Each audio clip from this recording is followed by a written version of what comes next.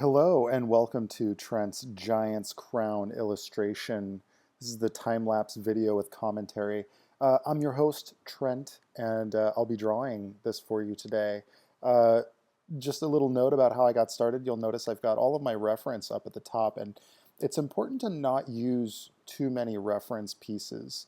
Um, if you have like 50 drawings up on a second monitor or something, it's not going to be as useful or effective as if you only have about four, three or four, I think is the best number from what I found for your reference imagery. Reference imagery is very important because it's about basically your key elements. You can color dab from it. You can subconsciously fill in shape language from it. Um, I have some references from Lord of the Rings in there and some old English, possibly German type of structures in there. You'll notice I used the Tuxa painting as my initial sort of canvas. I was having a little bit of a hard time, I think, coming up with the imagery in my mind for exactly how I wanted this to look without some form of reference. So I went ahead and I just used an old painting that I had done as sort of fill in the blanks and get some initial just to fill the blank page so that I'm not just looking at nothing and trying to fill in something from that. There are a lot of things about Giant's Crown that are quite interesting and unique. Giant's Crown is a city that's built on the back of a war machine, a stone war machine, and the backstory of the giant is kind of covered in the novel. This is a scene, if you didn't already know, this is a scene from my first novel, The Man and The Moonkin, which is an illustrated novel, and it's a location that the Man and the Moonkin and Bartol travel to immediately after the Dark Forest. So this is sort of at the beginning of part two, if you've been reading the book. If you haven't, you can check that out. It's on my Gumroad. It's all in ebook format right now, so as soon as you get it, like you can download it and start reading along with it.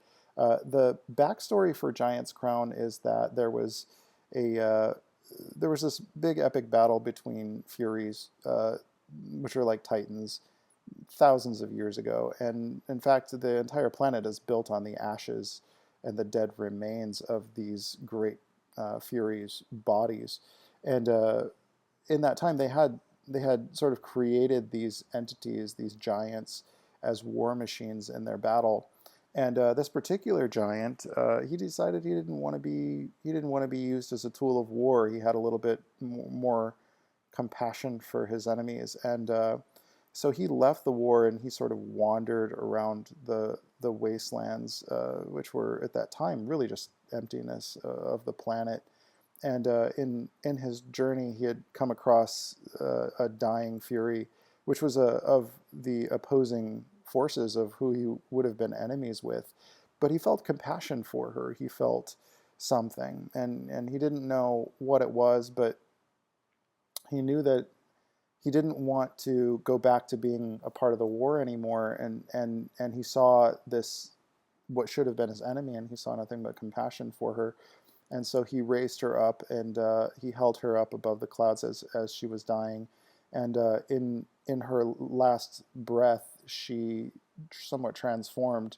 And most of this people believe is like a fairy tale, but they don't know. There's a lot of unexplainable things in this world that they all live in, and so a lot of it goes into folklore. But there's uh, it's it's it's sort of the history of this particular city where he had that fury that he had raised up in his hands had rooted into his hands, and he then became sort of petrified and stayed there holding her up above the clouds. And so I'm trying to capture in the shot, I'm trying to capture this feeling of immensity, and you really can't even tell at this point that it's like a head, and the background is his hands, and from that tree uh, these peaches begin to grow out of the tree, and it's sort of like symbolic for giving new life. There's a lot of symbolism involved in the birth and the folklore behind this city. And upon its back, humans had come in and begun to build and manufacture, and they sort of stood on the back of the immensity and the greatness of what this giant once was. And so there is this great tension between the haves and the have-nots. The haves they call the peachers, and they actually live in these enormous peaches that hang ominously above, even above the city that's built on the giant's head and back. And there's different names for the different sections of the city, but the head, or what is essentially the crown, is sort of where uh, all these buildings wrap around to form the shape of a crown, and that's sort of where the city gets its name. And those who live in the legs aspire to live in the crown, and those who live on the back aspire to live on the crown. It's actually called the rut, uh, is another name for the head, and that's sort of where our heroes, our protagonists, find themselves. But as you'll see in the next chapter, they're not exactly living in the lap of luxury. There's a bit of a deception that goes on across all sections of the city, despite how high you climb. There's a rub for every section, so to speak. But as a concept artist, I found this environment very fascinating to create, because I was able to. I love tying together how cities work. I've designed a lot of cities for many games and many books, and this particular city is one of my favorites because it's sort of very industrial. It's right at a time when it's a turning of cultural change. It's a cultural turning point for the people who live here. There are no women in all of Giant's Crown except for in the Peaches. There are no families. There's only work. There's only the work. And so it's sort of reminiscent of the industrial age, or the industrial revolution in London, and how there was a lot of smog, and there was a lot of oppressive, aggressive moves forward, for all in the name of progress, but there was a lot of sacrifice that came during that time. And this particular city sort of represents, and the social and economic state of this city sort of represents the juxtaposition of a society that is advancing, but at what cost? At what cost to humanity? At what cost to the people who live there? At what cost to um, families and the well-being of those in the name of that progress? And that is, it's an interesting commentary, because I can see both sides much in the same way that there's benefits to really pushing yourself to get out of your comfort zone and out of your element, and face progress. But then there's also great fulfillment and satisfaction in the success of not failing, and in the success of merely doing what you're already good at. And so this place sort of faces our main characters find some challenges in this place as they're trying to survive in a world that really wants to take advantage of them.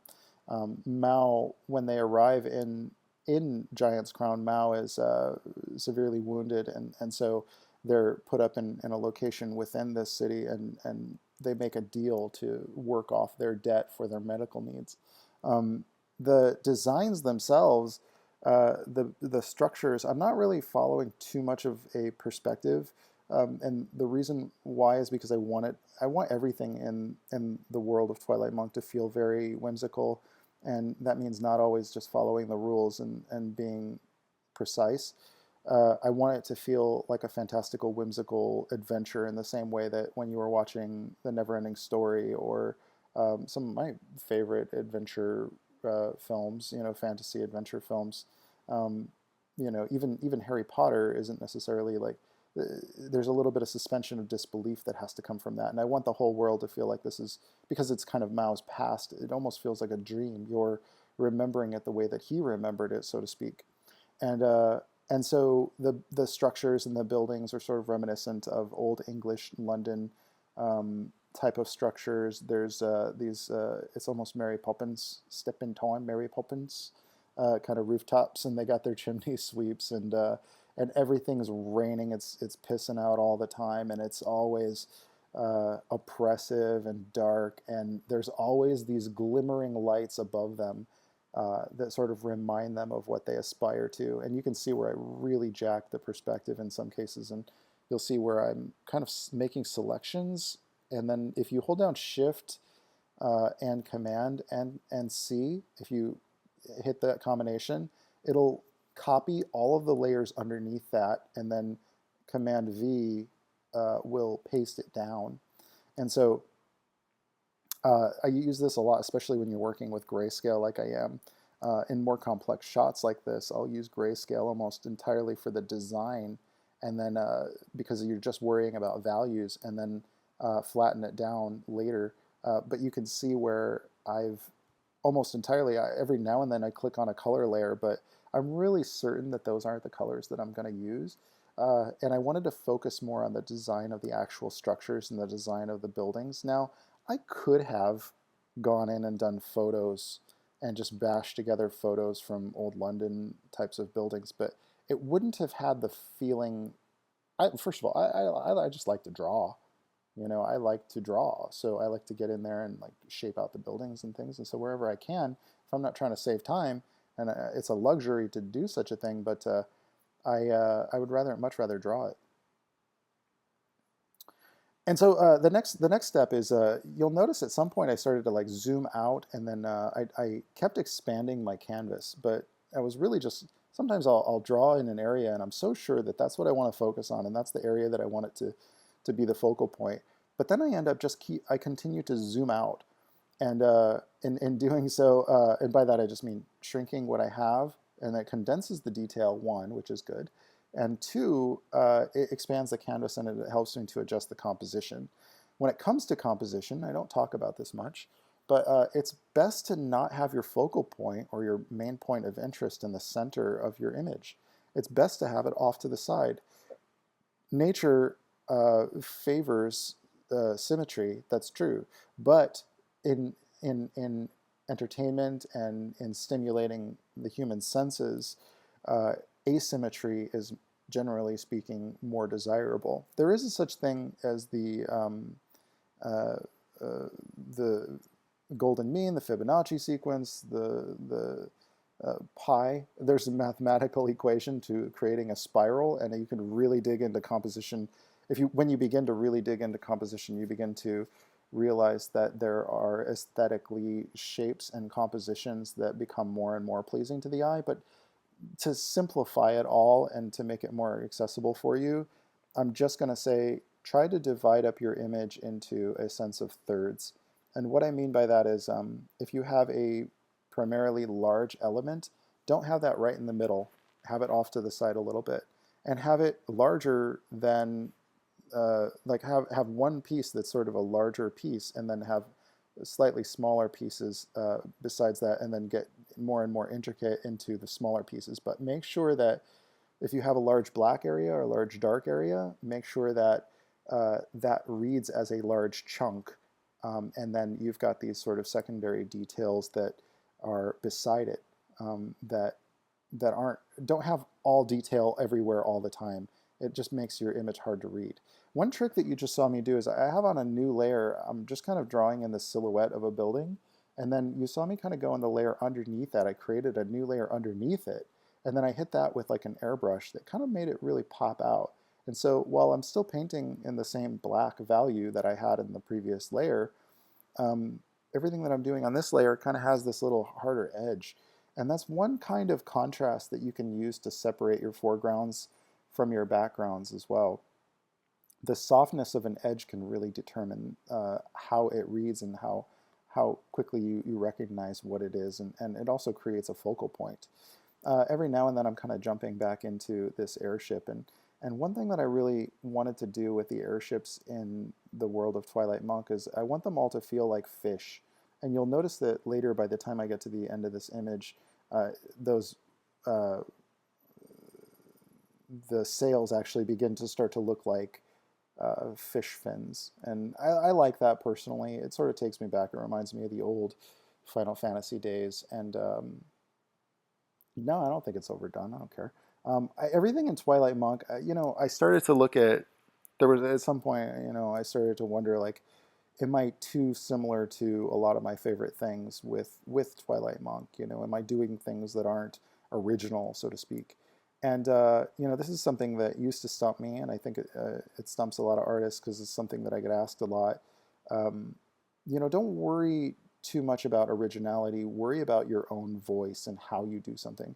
You know, when you look at very popular brands, they're not entirely original. I mean, Harry Potter was derived from something. World of Warcraft was derived from something. But what makes them really unique and different is their own voice. It's how it's done. Every story has already been told, but how was it told? Star Wars even is not really the most original idea, but the way that it was done was very original, and it was unlike anything that had been done previously. There were always science fiction films, but when Blade Runner came along, it had such a different tone. It was like one of the first times that science fiction was done in such a way that it was taken seriously. It wasn't the first, but it was one of the first. And I use that as an example simply because it wasn't doing concepts that had never been done, but it was doing them in such a way that we had never seen. And so that's kind of what I'm getting at. Put your own voice in there. That's the value of having your own voice and having a unique, everything about you that's unique and different and special. Infuse that into your designs, infuse that into your world, make it, especially if you're always growing, you will interpret and begin to edit and change and turn what you're making into something far more original over the long run. When Twilight Monk started out, I think it was very, inspired, heavily inspired by some of my favorite things at the time. And that was a great starting point just because I was fired up. It was like that energy gave me enough energy, it gave me enough enthusiasm and excitement to keep going. And it gave me enough to push through and push forward into how it was going to change and how it was going to evolve. And over the years, more and more things influence and impact what I've got. And now I'm altering it based on the context of something that I've already begun. And Twilight Monk is not my first IP. My very first IP that I created was something called Deadbolt, which died. And then Creed. And Creed evolved and transformed. I think when Creed started out, it was really just a Calvin and Hobbes kind of, not clone, but it was heavily inspired by Calvin and Hobbes. It was a story of a kid with an incredible imagination. And over time, my characters became more unique than that, and the context of what my stories were became more unique. And I think you have to be careful to not plagiarize or take things, but lately I've been seeing a lot more ideas with giant cities, or giant cities built on these massive robots or built on these massive creatures. And I wouldn't say that I was the first person to do something like this, but the way that I'm doing it is very different than any of these other films or games that I've ever seen it done in. And in the same way that there are cities. Cities have existed in other fantasy as well. But that's not going to stop me from wanting to and reaching to try to invent something new with my city. So where do you come up with something new? Where do ideas come from? Where can a cool idea come from? Craig Mullins, who is an interesting painter, he's a very famous digital artist. Uh, I met him one time, and he said, sometimes you have to. He was actually doing a workshop when I was at Blizzard, and he was saying that sometimes you have to take two things that should not fit together and smash them together and beat it out, is what he said. Those were his words.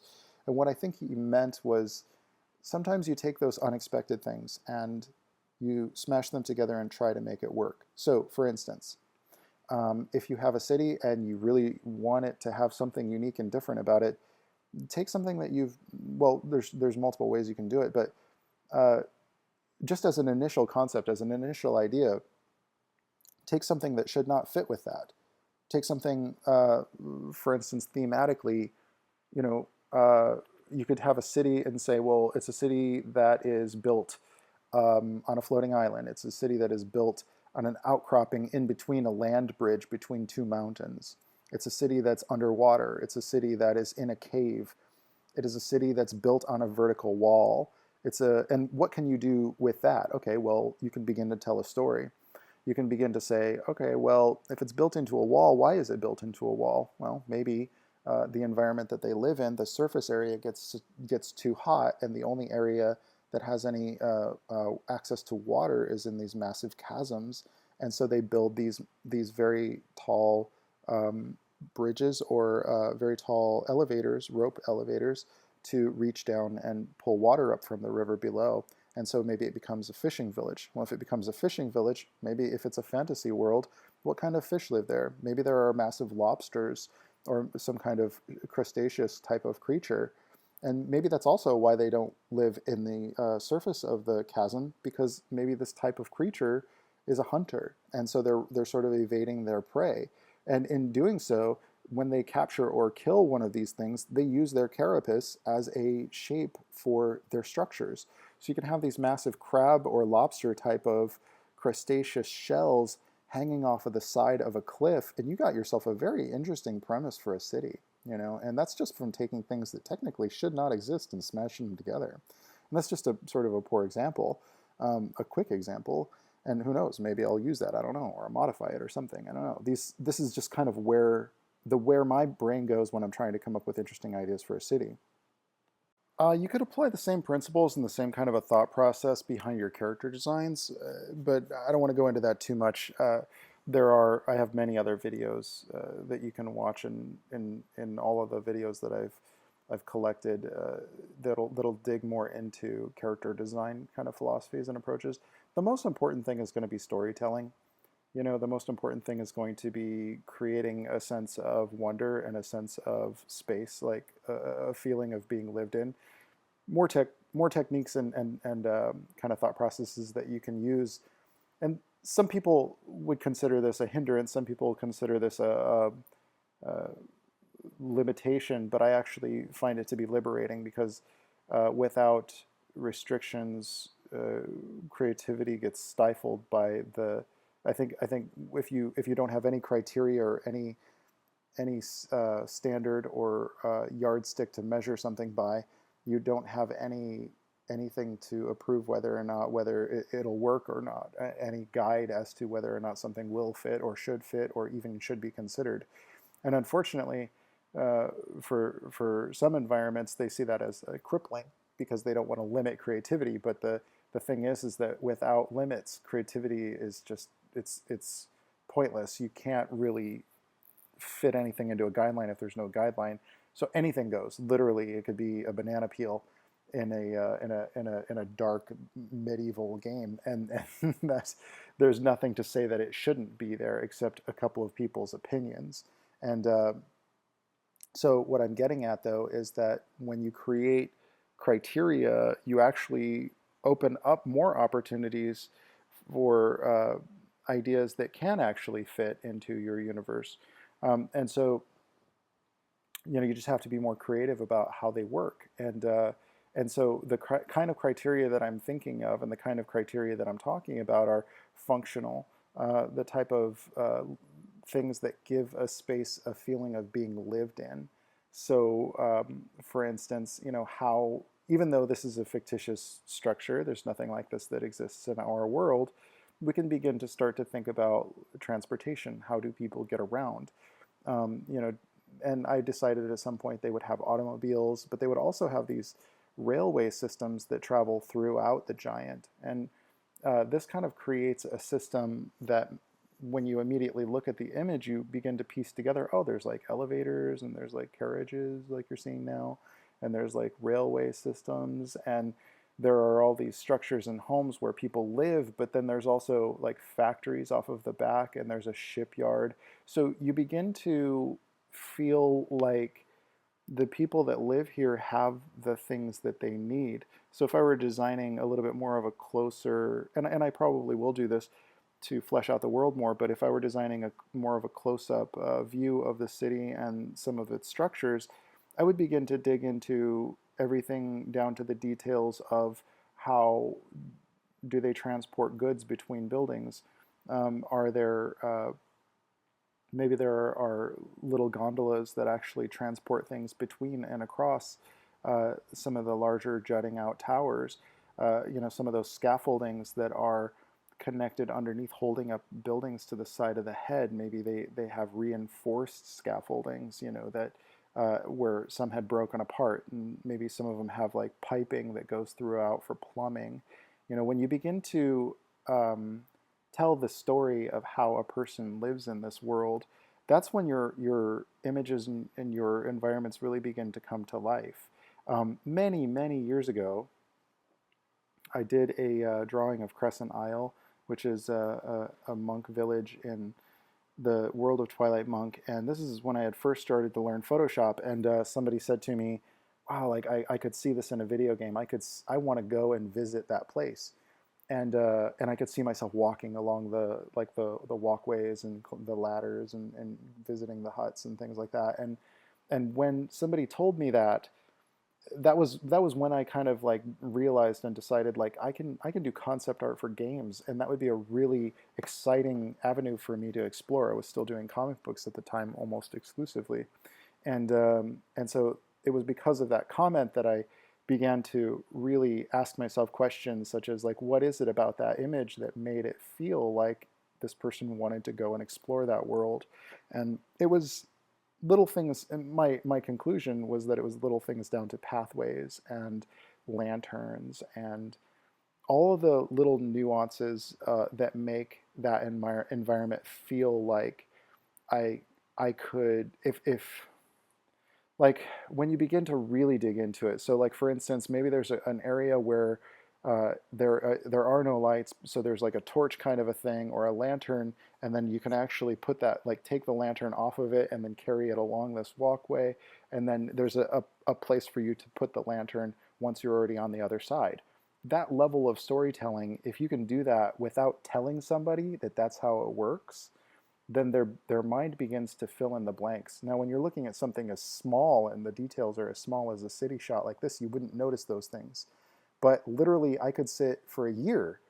I could just do designs for this city, for all the intricacies and all the pieces and all the little parts of how this city works and how it functions, and elaborate on it. And maybe I'd go back and change some of the parts of this shot and whatnot.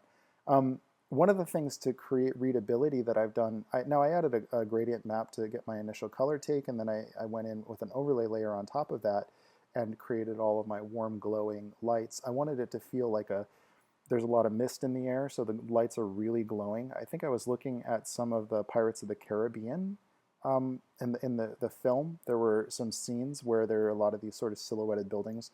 I remember in Grand Theft Auto 5, there was like there was a really neat effect where as things go off into the distance, you begin to see them sort of flatten out and become these they're almost like flat cards.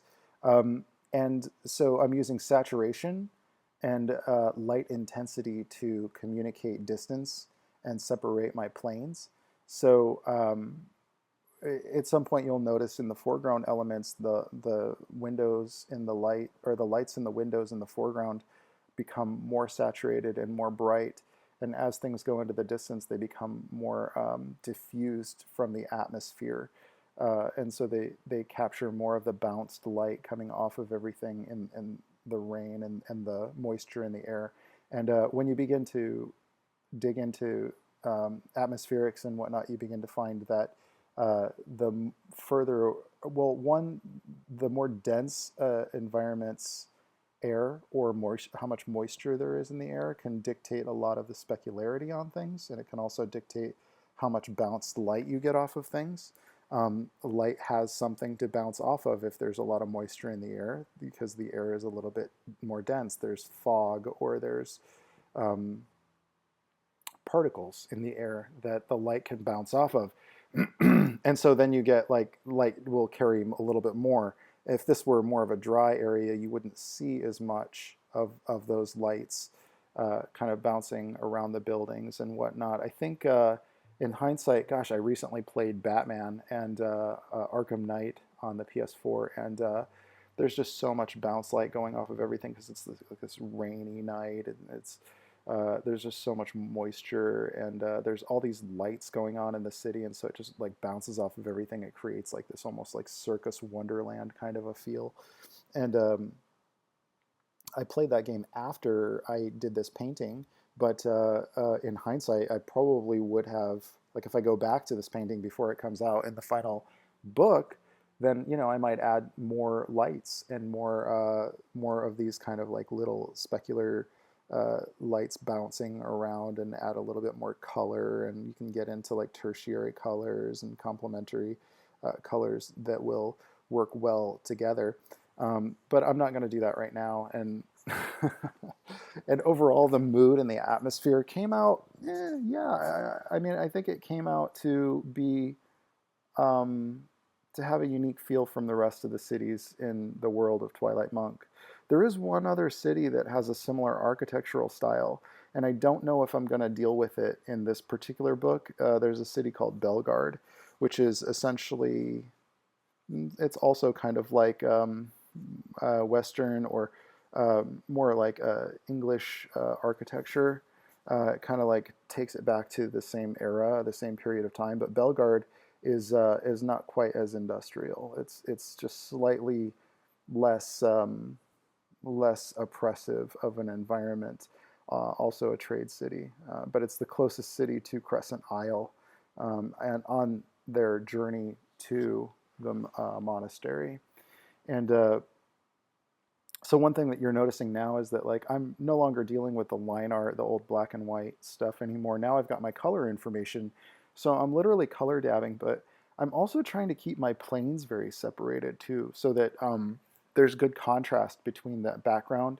And right now you can even see where I'm realizing I want those buildings to pop out just a little bit more.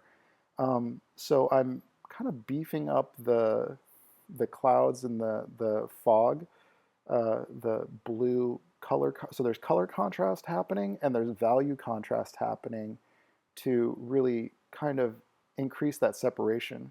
There's a conscious decision that I made with clouds and fog in the world of Twilight Monk to embrace the swirly, sort of more solid looking clouds. I know it gives it a bit of a cartoony feel, but it also gives it a bit of a whimsical feel. That's very much by design. It's very intentional.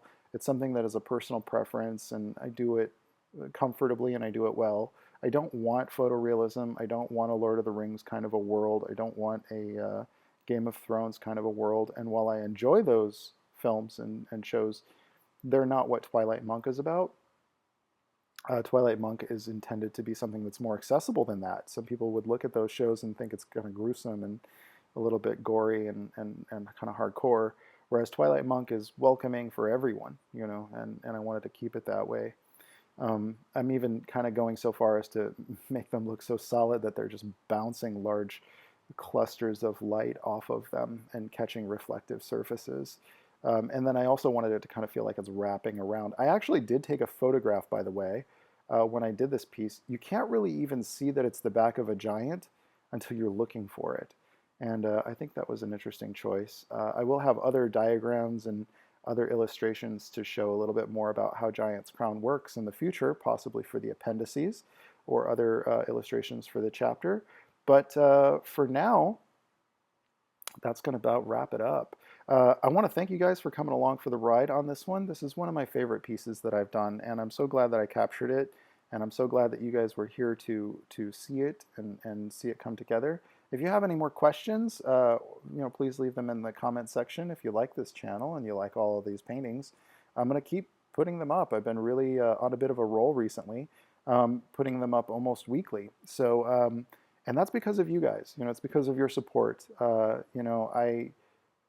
so grateful to be able to do this, and I'm so grateful that you guys tune in to check it out, and it means so much to me. And I will see you guys in the next video. All right, thanks. Bye.